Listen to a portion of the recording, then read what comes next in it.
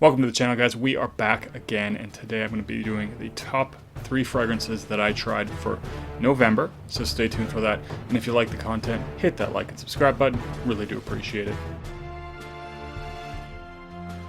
So November was actually a big month. I did a lot of blind buys. I honestly am going to try and avoid doing any for a while. I do have a couple of Ashes fragrances on the way. But other than that, I think I'm going to also try and not buy anything for the rest of the year. But I do have a lot of samples to work through to see what I like and to see what's new and what's out there. But as I mentioned, this is a big month. There's a lot of great fragrances I tried. And this was probably the hardest list to make, which is why I do have an honorable mention. Or this is the hardest top 3 of the month. But anyways, I'm going to start with the honorable mention, which is, of course, Angel Share by Kilian. A lot of people might be surprised that this one is not higher on the list. You know, it is a great fragrance. This is a really, really good release. And if you like, you know, boozy, spicy fragrances, you'll probably like this fragrance. I always describe it, and I know a lot of people describe it as having the apple pie DNA. So I think the reason that's maybe the reason that it's not higher, I don't know.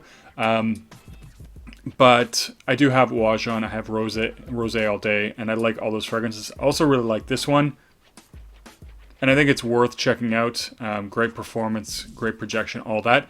But I guess I do have stuff that's somewhat similar to it, so maybe that's why it's not higher. I don't know. But I did decide to put it forth. I do really enjoy this release. Happy I picked it up, and I'm going to definitely be working my way through this bottle in the winter and the fall, probably for a couple of years yet. Now into the actual list itself is another fragrance that I did actually blind buy. Now I'm a huge gourmand fan, and Kerosene is one of my favorite brands, and they recently released Sweetly Known, and this is a fragrance that is supposed to smell like a confectionery. It has notes like burnt caramel, sugar,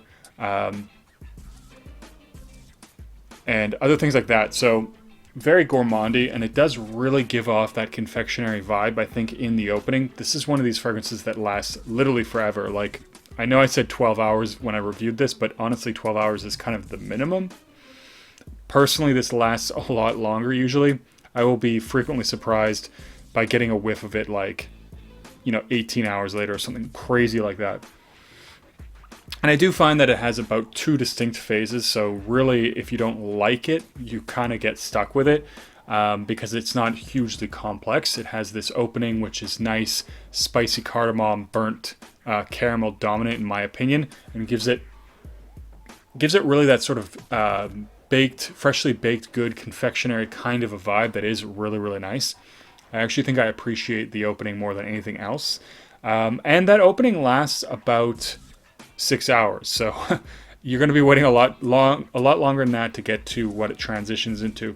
Now, somebody said that, you know, it reminds them a little bit, or it reminds them of By the Fireplace, and at least in the opening, I don't really get that, but deeper in the dry down, when this one does change a little bit, I do get a little bit of that burnt caramel vibe mixing with the vanilla, which does kind of give me a similar feeling as By the Fireplace. And so I see how some people might make that comparison, but I still think it is quite a unique fragrance.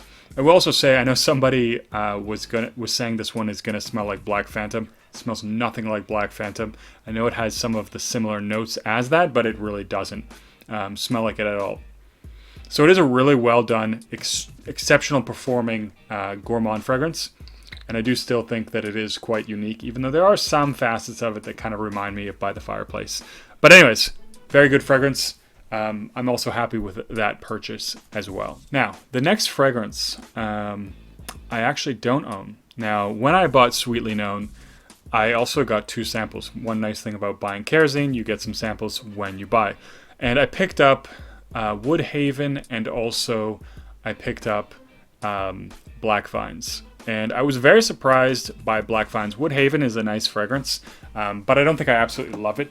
Black Vines was really, really awesome. And I do actually think I like it a little bit more than this one. So sometimes I felt like maybe I bought the wrong fragrance, but that's okay because I do like Sweetly Known as well. And in the future, maybe I'll pick up Black Vines. But it's this beautiful licorice fragrance. It does have like a mid-transition into a little bit of... So I did only a first impression, but it does change a lot over the fragrance. It does change a little bit into sort of a greeny, licoricey vibe that comes back to this nice, really robust licorice. And I will say, if you don't like licorice, if you don't like the smell of anise, all that kind of stuff, you're not going to like that fragrance because it has a very, very hefty dose of that. I do like that characteristic. I think there's something about anise, something about licorice that has a bit of a dark, mysterious kind of quality. And so I found that one to be quite exceptional. It also performs very well. It lasts at least 8 hours. Sometimes I wonder if I like it more because I haven't worn it as much as this one. I've only tried it out one time and I did really enjoy it, so I'd have to wear it some more, and I'll get through that sample. I think I'm going to do a full review on that one just to really see what it's like, to get a better idea of the dry down and the performance. But at least off that first impression, it was really fantastic, and I was very, very surprised because I wasn't thinking that I was going to enjoy it as much as I did. Now, the number one spot, you might have guessed, considering I just talked about how much I like licorice, and that is Excel Nuit. I will say that out of the Navitus fragrances that I have tried, this is, to me, the most original and the best of all of them. Now, I haven't tried all of them. I've tried everything from the original launch, and of course, I think there's some good ones there. But to me, this one does beat them all. But again, like I said, I haven't tried all of the fragrances, so I can't accurately say. But this one also has black liquor, it has anise in it. It has a huge, huge dose in the opening. So you do get this sort of dark, mysterious black licorice kind of vibe. And I think another reason I like this one so much is it was really what I was looking for at the moment, which was something that is masculine and tobacco heavy. And this has two kinds of tobacco in it. So you really get that hefty dose of tobacco right on the opening. So you get a little bit of that tobacco, not too much. It starts to come out a lot more in the dry down, but you definitely can pick it up, and it's very thick, rich tobacco. There's that anise giving it this really dark, mysterious black licorice vibe, and also a little bit of cocoa. So you do get a little bit of chocolatey vibe with this one, and it really does perform. Projection, exceptional. Longevity, also very, very good. The dry down is also very, very nice. So the dry down, it doesn't have as much of the anise in it. It's not as heavy in that respect, but it still has a very thick tobacco. There's something about it that gets a little bit of sweetness and a little bit of kind of a marshmallowy vibe. So I do really, really like that about it.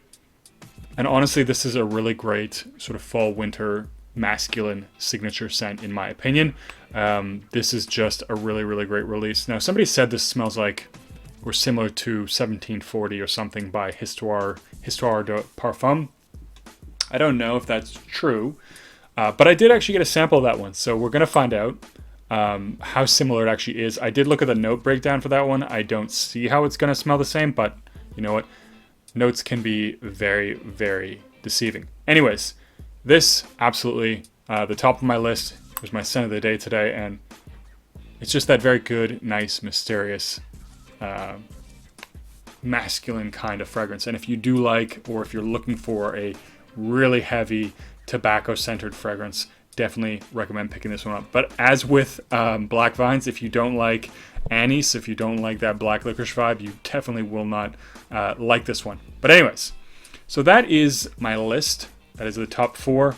You know, honestly, I struggled because I also really wanted to put Tobacco Oud on this list because that just has a really great boozy whiskey opening, very nice tobacco in it as well. So I guess, you know, this is the season for tobacco, but it is definitely something, at least at this time of the year, that I'm actually looking for, and that is a fantastic fragrance.